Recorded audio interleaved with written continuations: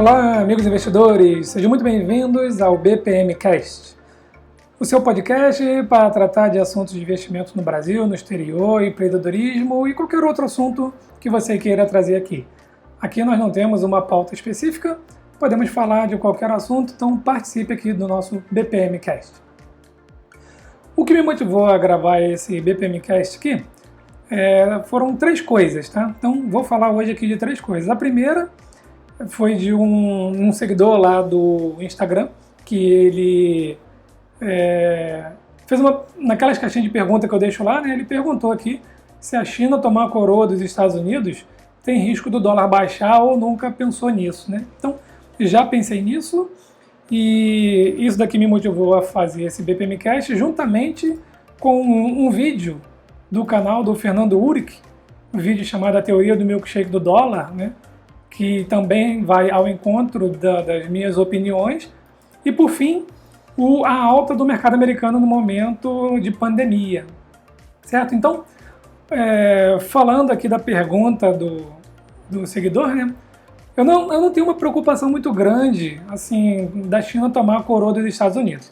Fazendo um rápido retrospecto aqui, das minhas análises, né? Lembrando que eu não sou um analista, eu não sou um cientista político, não sou um historiador, sou apenas um investidor pessoa física que estuda bastante e gosta de trabalhar os assuntos. Tá? Então, o que eu acredito na questão dos Estados Unidos? Primeiro que, se a gente pegar na história, os Estados Unidos ele sempre se superou, ele é muito resiliente. Falando um pouquinho de história, de guerras aí para quem gosta do assunto, os Estados Unidos, principalmente depois da crise de 29, ele se fortaleceu bastante, né? Então, se a gente pegar na época da Segunda Guerra Mundial, onde a Alemanha de Hitler, nazista, estava dominando a Europa inteira, querendo dominar o mundo, inclusive Rússia, a União Soviética, a gente observa que, enquanto a Itália caiu logo no início, né? A Grécia estava sendo tomada, o Hitler ameaçando a União Soviética, e a França caiu em uma semana, e aí a Inglaterra estava sofrendo severos ataques.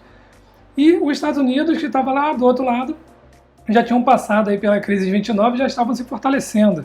A economia já estava boa, a indústria já estava boa, então eles estavam vivendo um momento econômico muito bom lá nos Estados Unidos, e aí onde veio a ajuda, né?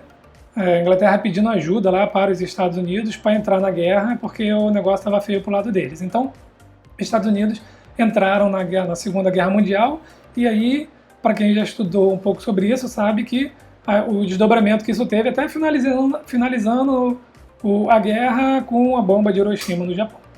Então, assim, de lá para cá, os Estados Unidos já passou por várias outras crises em que a gente achava que eles fossem se dar muito mal, e eles conseguiram se superar.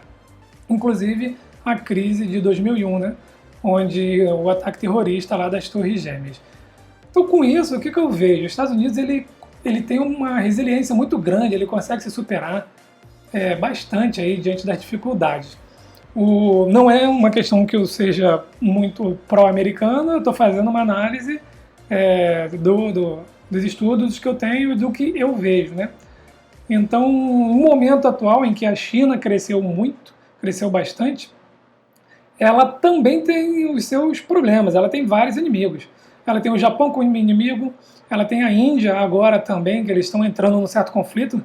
Tivemos agora, na semana passada, um conflito na fronteira lá perto do Tibete, da China com a Índia, onde teve mais de 20 mortes do lado indiano, mais de 40 mortes do lado chinês. Isso de briga, né, porque lá eles não podem utilizar armas por causa disso, então foi a pau-pedra, foi uma briga. Essas mortes aí estão causando aí, então, um problema diplomático entre eles, né? Tem também a questão da Austrália, tem a questão das Filipinas, enfim, a China tem vários inimigos ao seu redor. Claro que a gente observa que a China não é boba, ela foi construindo ilhas ao longo do Pacífico para poder ampliar a sua área de atuação, ela está muito dentro do continente africano. Xi Jinping fez uma reunião com vários presidentes dos países africanos e eles estão injetando dinheiro, estão falando que vão ajudar.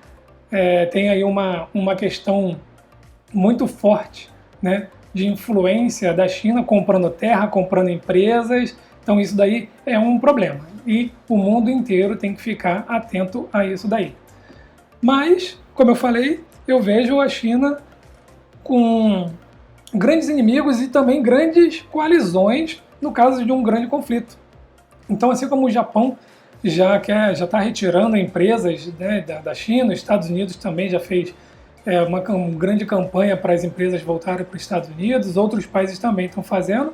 Então, pode haver um boicote contra a economia chinesa na questão da produção, tá bom, pelo mundo. Então, vários países podem se juntar, Estados Unidos, Filipinas, Japão, Inglaterra, França, enfim, vários aí países podem se juntar e isso causar aí um certo boicote na economia chinesa. Por mais que alguns digam que não, isso pode acontecer e também fico muito contente se você trouxer opiniões contrárias aqui, dados contrários a isso para poder aumentar o nosso conhecimento. Essa daqui é apenas a minha análise. E aí, eu passando um pouquinho da resposta aqui do seguidor, que eu não vejo um risco tão grande assim da China, pelo menos no curto, médio prazo, tomar a hegemonia dos Estados Unidos frente ao dólar, né, e o dólar ficar barato, então você perder seu poder de compra, aí eu entro no que o Fernando Urich falou na teoria do milkshake.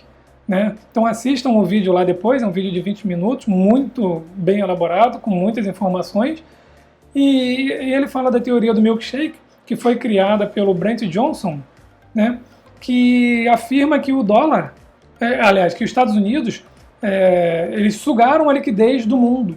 Então, né, nos últimos tempos aí, todo mundo foi criando a sua liquidez, e os Estados Unidos foi lá, né, e sugou essa liquidez. Tá? E isso, obviamente, faz com que não apenas o dólar se fortaleça, como também os ativos americanos.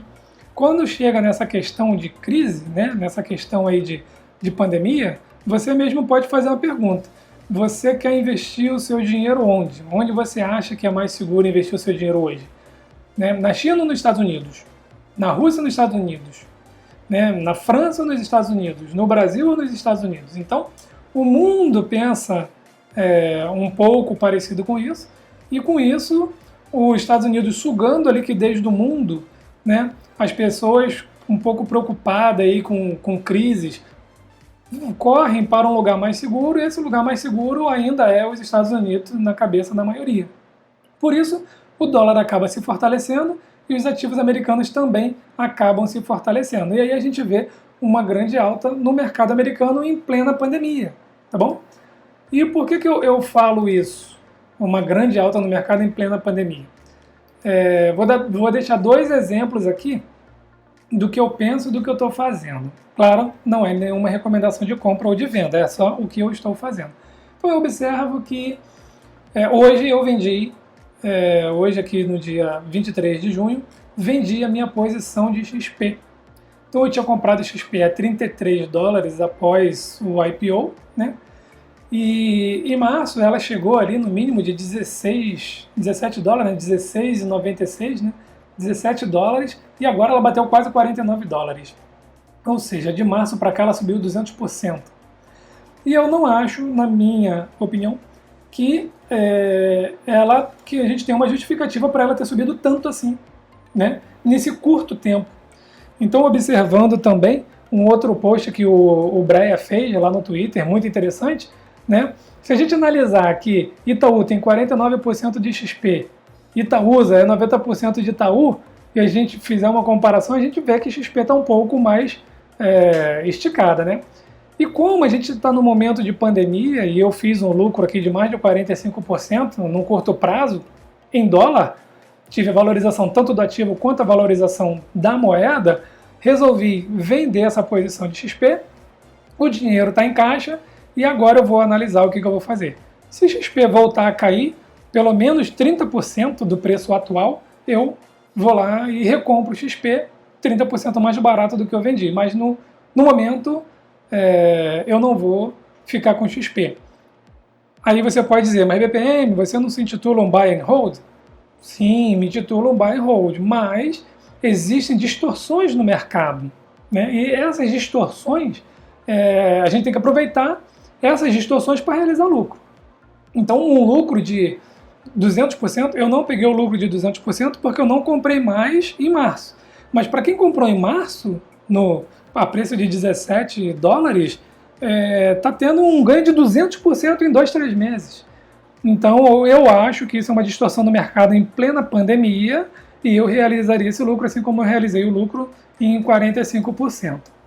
Outra que eu gosto muito, sou entusiasta dela, mas eu estou aqui analisando vender 1/3 dela também, é a Apple. Então se você me acompanha, já viu que eu vendi 1/3 da minha posição em 324 dólares, porque ela já era uma posição muito grande na minha carteira, tá? E peguei esse dinheiro, comprei outros ativos, que são ativos que já se valorizaram mais de 40% também, tá? Ativos que eu comprei esse ano. Então vejam só, eu vendi Apple com um grande lucro, peguei esse dinheiro, comprei um outro ativo que subiu mais de 40%, tá?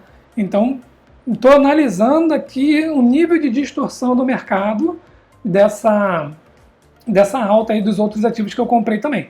Se eu achar que tem uma distorção muito grande num curto espaço de tempo, vou realizar também esse lucro aqui.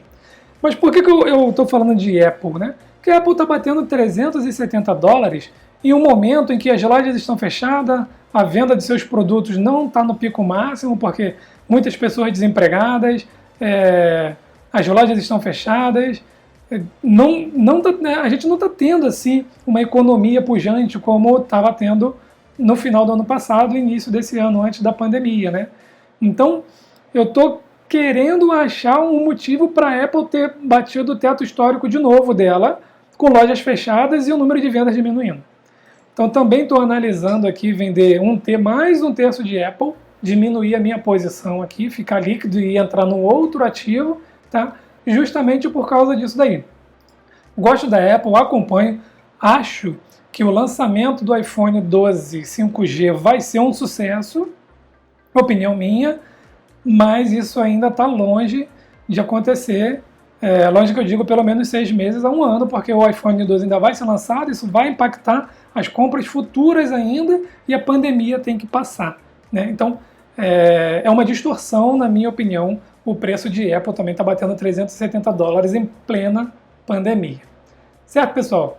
Então, era isso que eu queria trazer para vocês aqui, da resposta aqui do seguidor, onde ele perguntou se eu achava que a China não poderia tomar a coroa dos Estados Unidos. Eu acho que ainda não estamos nesse momento aí.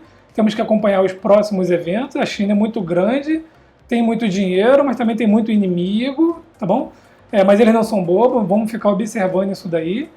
Vejam o vídeo lá da Fernando Urica, da teoria do milkshake, bem interessante. As pessoas estão indo para um lugar mais seguro e ainda consideram os Estados Unidos e o dólar esse lugar mais seguro. E buscando essa segurança, o mercado americano subiu e vários ativos aí romperam o teto histórico, né, de preço, né, que nem fora do momento de pandemia a gente teve esse rompimento e agora a gente está tendo. E com isso eu vejo algumas distorções em alguns ativos e a possibilidade de realizar um lucro.